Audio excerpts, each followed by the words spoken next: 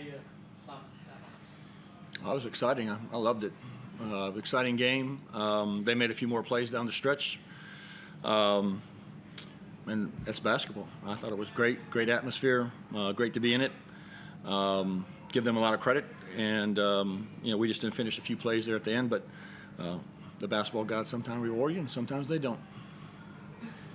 You left without the points, but do you leave thinking you didn't do too much wrong tonight? Well, we didn't rebound at the end of the game there when, the end of the second quarter, end of the third, we gave up 2 buzzer beaters. So those start to add up. It's not really that last shot. I want to focus on the last shot, but really it's little things that happen in between there. And I don't know, I can't remember, but around the 2-minute mark, we gave up 1 or 2 offensive rebounds that ended up for 3, I think, for Webster. But yeah, I mean, I thought it was great, a great game to be involved in, and I loved it. You mentioned the buzzer beaters, the free throws throughout the game. We were talking about thinking, Yeah. One of these teams is going to regret this as it went on. You'll miss 3 in the last 2.5 minutes. Yeah. Is it the little things that you look back on and go, that's what ultimately cost us? Yeah, I mean, to me, it always comes down to that, especially when you're on the road.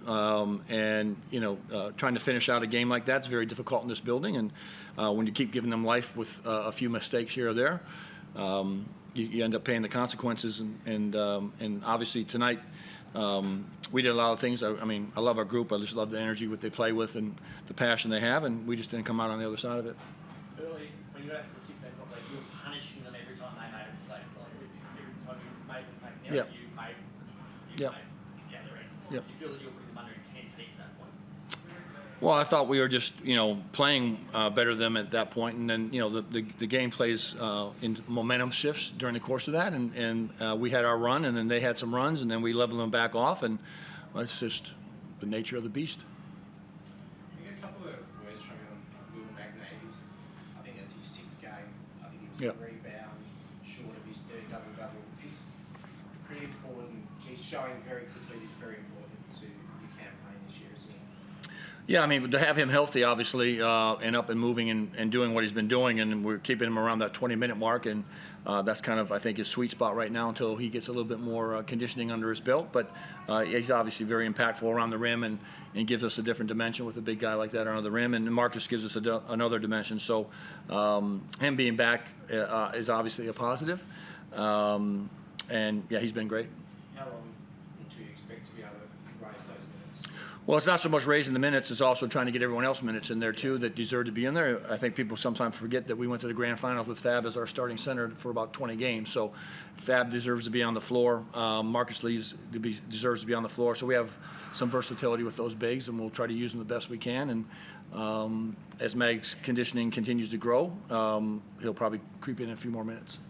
But in this build, you do so much right for so long, and then to top of that, how frustrating is it when that opportunity slips? Yeah, I mean, no matter how well the Cats are tracking in terms of winning or losing games, I mean, this place is very hard to win in.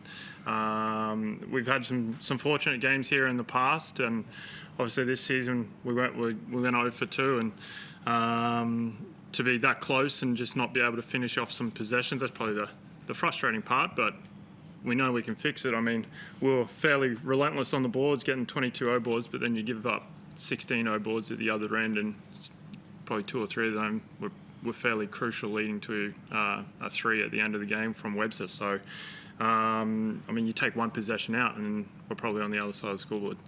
And the difference in ladder, like you were in 2 games clear from there, like it's a tight season, isn't it, with these 2 games? Yeah, I mean, we don't really look at the ladder too much. We kind of just go about our business, but yeah, I mean, there's going to be a couple of teams over this next probably 10 or so games that are trying to separate from each other, and you want to give yourself the best shot at home court advantage or whatever it is for finals, and you got to try and stay in top of the top 2, top 3, and yeah, going to these next 10, it's going to be close, and you're going to see teams try and separate, and I guess we'll find out which ones are going to be there. The team doesn't seem too fussed to be on the road. I think you're 1 shot away from being on the road tonight, and I think you played 3 of the last 4. Pretty good form, and players don't seem too fussed by it.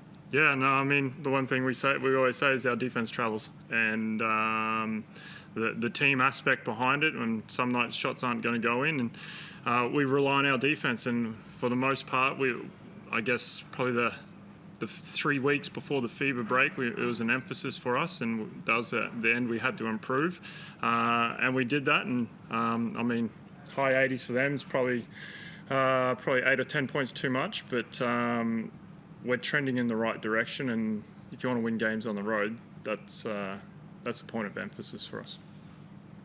Jordan, Crawford, the last couple of weeks, he's turned it on a little bit defensively. Yeah, I mean, he's aggressive. He's a scorer, and he gives us energy. I was really, actually, to be honest with you, I was impressed with Milt Doyle. I mean, I thought he was fantastic for us because, in 6 days to fly to Chicago and come back here, land in Hobart, and then fly to Perth. And I asked him today, what time zone are you on? He had no idea. And to go through that with the passing of his father and come back and just try to be out there, I was hoping to play him in the low 20s, just because of just the drag of what he's gone through. But I thought, his effort just to come back with this group right away and be out there for him was fantastic. And Jordan, he's a scorer. He brings electricity in the building, and he's fun to watch. I thought he was going to make that shot, to be quite honest with you. I'm sure he did too, but it doesn't come down to that last shot anyways. There's like so many other little things in basketball that happen way before that.